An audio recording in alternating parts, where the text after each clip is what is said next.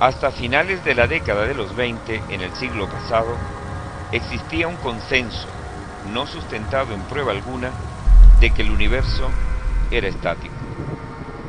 Al punto de que en 1915 el propio Einstein agregó una innecesaria constante cosmológica a sus fórmulas de la teoría de la relatividad para que fueran congruentes con un universo inmóvil. Sin embargo, en 1929, el astrónomo norteamericano Edwin Hubble, desde el observatorio de Monte Wilson en California, realizó un descubrimiento que vino a remover las bases de la astronomía. Hubble descubrió que el espectro luminoso de las galaxias se encontraba desplazado hacia el rojo. Esto a nivel de la luz es similar al denominado efecto Doppler con el sonido. Cuando un objeto se acerca y emite un sonido, este se oye agudo y se convierte en grave a medida que se aleja del observador. Si un objeto emisor de luz se aleja, el espectro luminoso se desplaza al rojo, y si se acerca, se desplaza hacia el azul o violeta. Hubble descubrió que las estrellas y galaxias no solo se alejaban de la Tierra, sino que se alejaban unas de otras a gran velocidad. El universo se movía. El universo está en expansión. Es necesario aclarar ya, desde aquí, que el hecho de que el universo se expanda no quiere decir que la materia que lo constituye se desplaza hacia un espacio que está más allá, que es infinito y que contiene al universo. Realmente no es así. Lo que realmente ocurre es que surge nuevo espacio entre las galaxias. Un ejemplo clásico para poder explicar esto es el que se usa con la masa cruda de una torta o ponqué relleno de pasas. Al meterla al horno, la masa se expande. Realmente, las pasas no se mueven de sitio. Es la masa que está entre ellas la que crece. Algo similar ocurre con el universo todo. Nuestro concepto de espacio debe cambiar. Ya la teoría especial y sobre todo la teoría general de la relatividad puso en evidencia que el concepto de espacio newtoniano como escenario en el cual los eventos ocurren pero que no se ve afectado por ellos es un criterio erróneo. El espacio, o más bien el espacio-tiempo, es una cosa y por lo tanto es una cosa que se moldea, se pliega, crece o se encoge, tiene formas definidas que pueden cambiar. La gravedad, por otra parte, deforma el espacio y enlentece e incluso detiene el transcurrir del tiempo, tal como sucede en el centro de un agujero negro. Al descubrir Edwin Hubble que el universo se expande, lo que quiere decir es que el espacio-tiempo se expande, y con ello la materia se aleja una de otra al crecer el espacio del universo. Sabido esto, se puede deducir y calcular matemáticamente el estado y tamaño del universo viajando hacia el pasado. Es necesario comprender que cuanto más atrás en el tiempo, el universo será más y más pequeño. Por lo tanto, las masas de planetas, estrellas, galaxias y en general toda la materia existente estará cada vez más cercana. Sabemos que la denominada fuerza gravitatoria universal o fuerza de la gravedad, como bien lo demostró Isaac Newton, se caracteriza por ser directamente proporcional al producto de las masas e inversamente proporcional al cuadrado de las distancias que las separan. Por ende, a mayor cercanía de la masa del universo, mayor aumento de la gravedad. Y a su vez, a mayor gravedad, más intensamente atraídos estarán los cuerpos físicos. Es por ello que a medida que nos desplazamos hacia atrás en el tiempo, el universo se hace cada vez más pequeño y la fuerza gravitatoria que atrae las masas se hace cada vez más y más grande, hasta que al llegar a un punto infinitesimalmente diminuto, la gravedad llega a ser infinita. Y todo el universo material y el espacio-tiempo colapsa sobre sí mismo, hasta desaparecer en una nada absoluta. La nada primigenia de donde inexplicablemente surgió todo. Hubo un momento en que toda la materia del universo y todo el espacio existente estaban comprimidos en algo del tamaño de la Tierra. Antes, todo lo existente se encontraba en un espacio del tamaño de un balón de fútbol. Aún antes, todo el universo se encontraba incluido dentro de una pelota de ping-pong. En un tiempo anterior, el tamaño del espacio existente era similar al de la cabeza de un alfiler.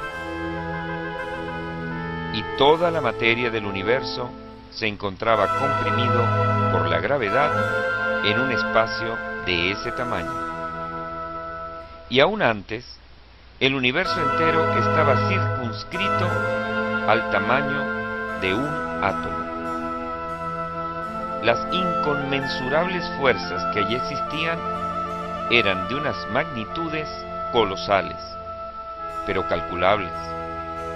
Se puede saber la fuerza de gravedad necesaria para que el universo pudiera estar comprimido hasta ese nivel, e incluso conocer la temperatura a la cual estaba. Pero la compresión aún continuaba. De acuerdo a los cálculos realizados por el propio Albert Einstein en su teoría general de la relatividad, cuando todo el universo estaba colapsado al punto de tener el tamaño del átomo más pequeño que existe, a partir de ese instante, la magnitud de la gravedad llegó a ser infinita, y por lo tanto, el espacio colapsó sobre sí mismo, y por ende, la materia dejó de tener espacio donde existir. Al desaparecer el espacio, necesariamente, una de sus demostraciones, el tiempo, tampoco podía manifestarse, y por lo tanto, el tiempo se detuvo. Es a partir de esa nada que todo comenzó. Los cálculos más actuales le dan una fecha de comienzo al universo de 13.700 millones de años. Recorriendo la historia del universo 13.700 millones de años hacia atrás, inexorablemente llegamos a un instante en el cual el espacio es cero, el tiempo es cero y la materia es cero. Es decir, la nada absoluta. Este estado no es concebible por la mente humana, rompe con todas las leyes de la física, simplemente porque no existe nada y por ende no pueden haber leyes. Es por eso que se denomina una singularidad. Cosmológicamente hablando, el comienzo del universo fue una singularidad. Para nosotros es la primera singularidad, la singularidad cosmológica. En nuestro universo actual existen objetos o entidades cosmológicas similares a este primer estadio del universo. Son los denominados agujeros negros. Son curvaturas del espacio-tiempo, producto de una enorme fuerza de gravedad que retiene dentro de ese espacio curvado prácticamente todo lo que cae bajo su área de acción, o que traspase el denominado horizonte de sucesos de un agujero negro. Ni tan siquiera los fotones, es decir, la luz, puede salir si es atrapada en esta curvatura del espacio-tiempo. Dentro del agujero negro, el tiempo se enlentece y en su centro se detiene. Lo atemporal puede existir. La ausencia de tiempo coexiste con nosotros en nuestro propio universo. ¿Tuvo el universo entonces un comienzo? Existen, dentro de la aproximación de la teoría estándar de la física de micropartículas, muchas pruebas de que el universo en efecto tuvo un comienzo. ¿Cómo fue ese comienzo? ¿Y qué pruebas hay de que en efecto ocurrió?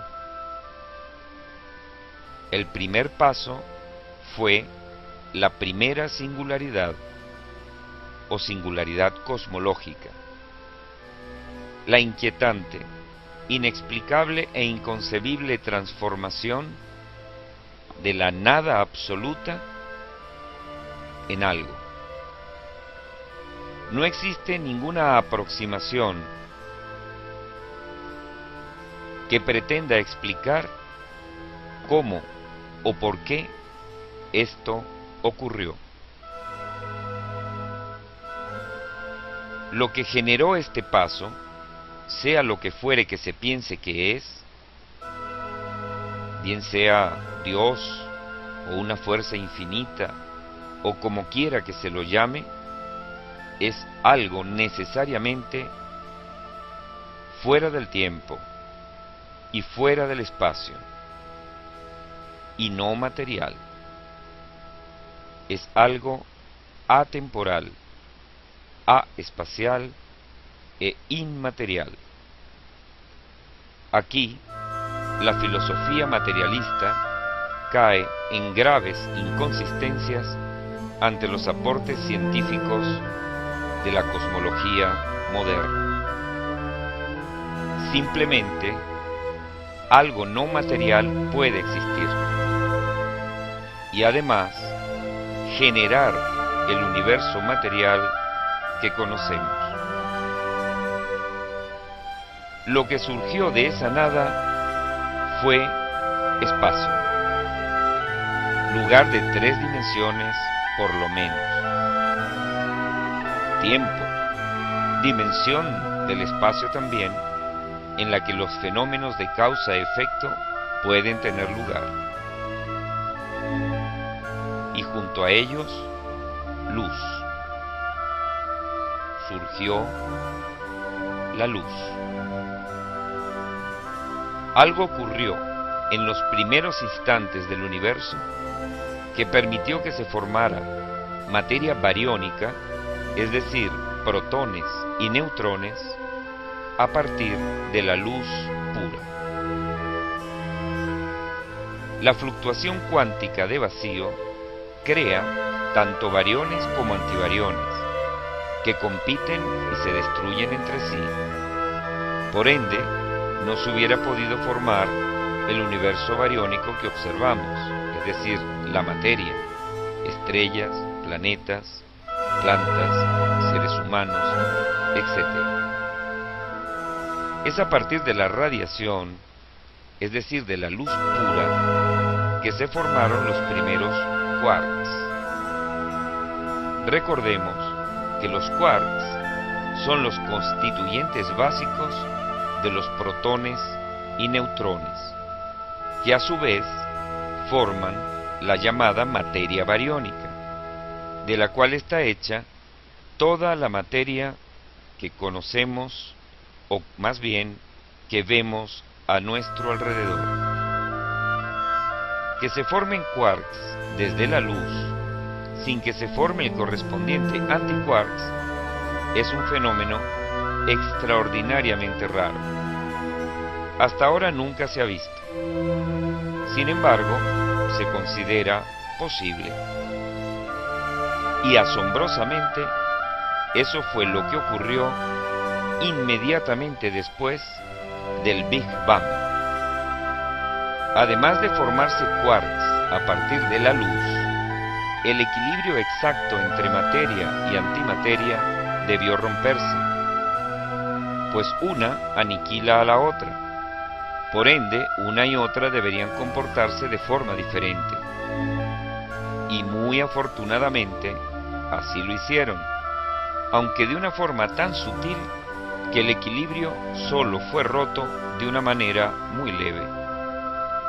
Esta pequeña pero indispensable pérdida de equilibrio exacto entre materia y antimateria también se dio de una manera, una vez más, casual y asombrosa. ¿Cómo y por qué estas asombrosas casualidades se suceden a la vez en la naturaleza para permitir el comienzo del universo? Es algo que no tiene respuesta. Qué casualidad tan asombrosa este preciso y extraordinario equilibrio. De tiempo cero se pasó al tiempo de Planck, que es una fracción de segundo tan pequeña como 10 elevado a la menos 47 de segundo. De espacio cero se pasó a espacio de Planck, que es un espacio tan pequeño que se describe como 10 a la menos 37 de centímetro. Y de masa cero a fluctuaciones cuánticas del espacio que generaron la aparición de quarks. A partir de allí, los acontecimientos se sucedieron de manera rápida y con una asombrosa y equilibrada secuencia. Todo ocurrió en aproximadamente un segundo. A los 10 a la menos 37 de segundo, es decir, 0,37 ceros y un 1 de segundo, el infinitesimalmente pequeño, hiperdenso e inconcebiblemente caliente universo explotó. El Big Bang tuvo lugar. Particular y única expansión, mal llamada explosión, que expandió el espacio y la materia, y aún lo está haciendo. Este fue el descubrimiento extraordinario de Edwin Hubble. Sin embargo, esta explosión, a pesar de que fue algo azaroso, ocurrió dentro de unos límites realmente asombrosos. Veamos algunos de estos ajustes precisos. Primero, La fuerza expansiva o explosiva mantuvo un equilibrio exacto para que no predominara con la fuerza de atracción. Hubo un equilibrio exacto entre las dos. Fue una explosión de una magnitud exacta. Equilibrio entre las fuerzas centrífuga expansiva y la centrípeta, la gravedad. Si la fuerza centrípeta, la fuerza de la gravedad, la que cohesionaba el universo, hubiera sido mayor, el universo hubiera nuevamente colapsado. Si la fuerza centrífuga hubiera sido mayor, el espacio materia-tiempo se hubiera esparcido en todas direcciones, haciendo imposible su reunión. Pero ¿qué tan equilibrada debió haber sido dicha explosión? Paul Davies, físico de la Universidad de Adelaida en Australia, calculó matemáticamente que una variación de la velocidad de expansión en una quintillonésima de segundo habría hecho imposible la existencia del universo. ¡Qué casualidad! ¡Qué casualidad tan asombrosa este preciso y extraordinario equilibrio! Segundo ajuste preciso. En el universo actual existen 4 fuerzas que en los comienzos estaban unidas en una sola. Estas 4 fuerzas son la gravedad, la fuerza electromagnética, la fuerza fuerte y la fuerza débil. Pues bien, cada una de ellas tiene un valor determinado y preciso que hace posible que el universo exista. Sin embargo, no existe ninguna razón física para que el valor de dichas fuerzas sea el que es y no otro cualquiera. Si la fuerza fuerte, que es la que permite que los componentes del núcleo atómico permanezcan unidos, hubiera sido levemente más débil de lo que es, el único elemento estable del universo sería el hidrógeno. No se hubieran podido formar ninguna otra forma o tipo de materia. Por el contrario, si hubiera sido levemente más poderosa de lo que es, el núcleo atómico más consistente tendría 2 protones y no 1, como el del hidrógeno. Por lo tanto, este elemento no se hubiera podido formar, no existiría, y por lo tanto, tampoco existirían las estrellas, las supernovas y las galaxias, y por ende, tampoco los planetas, los satélites o las lunas. El equilibrio de relación entre las 4 fuerzas necesariamente tuvo que ser entre muy estrechos márgenes el que es y no otro, sin que haya ninguna causa física para que esto sea de esta manera. ¡Qué casualidad! ¡Qué casualidad tan asombrosa este preciso y extraordinario equilibrio! ¿Qué probabilidad matemática existe de que estos y otros equilibrios hayan ocurrido al azar? El físico y matemático Roger Penrose, de la cátedra Russell Ball en Oxford, lo calculó según las leyes matemáticas de la probabilidad, y el número obtenido es asombroso. La probabilidad es de 1 en 10 elevado a la 10 elevado a su vez a la 123. es decir, una probabilidad en ese número de veces. Para tener una idea de la colosal magnitud de este número, el propio Roger Penrose nos dice que imaginemos que colocamos un cero en cada átomo o incluso en cada protón y en cada neutrón del universo conocido. Pues bien, nos faltarían partículas para colocar ceros.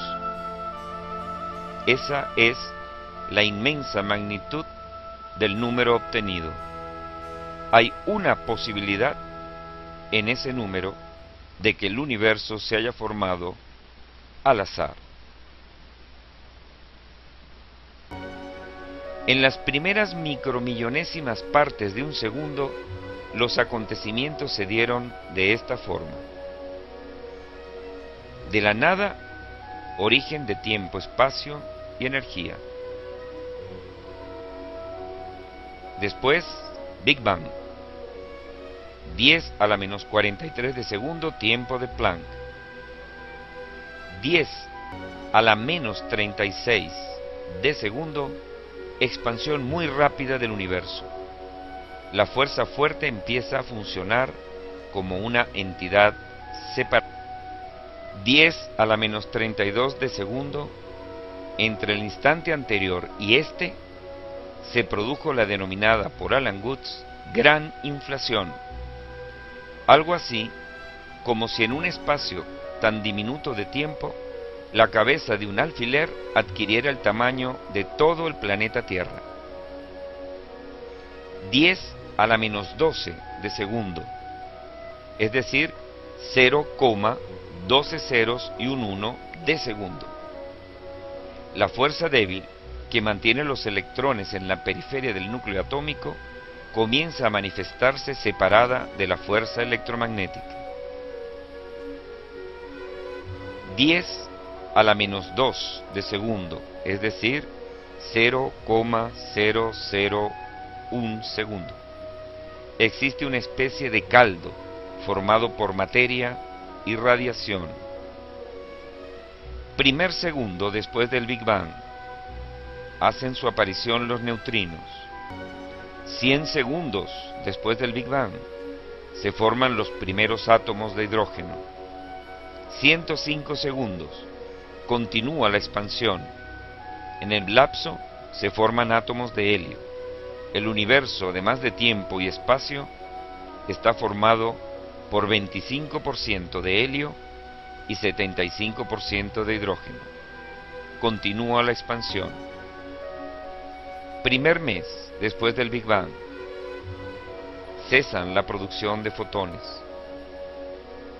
10.000 años después del Big Bang, equilibrio e igualdad entre la materia y la radiación. 500.000 años después del Big Bang, el hidrógeno comienza a recombinarse y a formar nuevos elementos. El universo se hace transparente a la luz. 1.000.000 de años después del Big Bang, es el surgimiento de las estrellas más antiguas. 2 millones de años, formación de estrellas y de galaxias. 1.000 millones de años, formación de la Vía Láctea y del comienzo del sistema solar. Pero, ¿qué pruebas existen de la existencia del Big Bang? El famoso físico Fred Hoyle, que durante mucho tiempo se opuso a la idea, tanto de un universo en expansión como al acontecimiento del Big Bang, realizó sus propios cálculos sobre la presencia de hidrógeno y helio en el universo. Concluyó que aunque las estrellas hubieran estado activas durante toda la existencia del universo, no habrían tenido tiempo suficiente sino para convertir solamente el 3% de su hidrógeno en helio. El postulado de la gran explosión, en cambio, permite predecir con pasmosa exactitud la formación del universo con 75% de hidrógeno y 25% de helio. Igualmente, cálculos sobre la cantidad y permanencia en el universo del deuterio solo pueden darse bajo la premisa de una primera gran explosión como originadora del universo. Por otra parte, si el Big Bang realmente sucedió, debería quedar algún remanente de tan fenomenal explosión. Este remanente fue el que encontraron en 1965 Erno Penzias y Robert Wilson, y la denominaron radiación cósmica de fondo. Previamente había sido predicha y calculada matemáticamente en 1948 por el matemático y astrofísico Georges Gamow. Después del descubrimiento realizado por Erno Penzias y Robert Wilson, el equipo de la NASA, liderado por George Smoot, envió el satélite denominado COBE, por sus siglas en inglés, Cosmic Background Explorer, para hacer mapas celestes de la radiación de fondo de microondas y determinar si eran coincidentes exactamente con las predicciones matemáticas realizadas bajo la hipótesis de un Big Bang. Los remanentes de la explosión primigenia se encontraron y el propio Stephen Hawking lo llamó el descubrimiento más importante del siglo, si no el de todos los tiempos. Fue a tal punto tan exacta y asombrosa que el propio físico a cargo de la investigación, George Smoot, no pudo evitar exclamar ante las fotos del universo y el fondo de microondas residual de la primigenia explosión la siguiente frase: es como estar mirando las huellas dactilares de Dios. Recordemos, sin embargo, que esta gran explosión, origen de todo, pudo suceder porque micromillonésimas de segundos antes, cuando nada existía, de esa nada primordial, asombrosamente surgió algo. Y ese paso fue la primera singularidad, la singularidad cosmológica.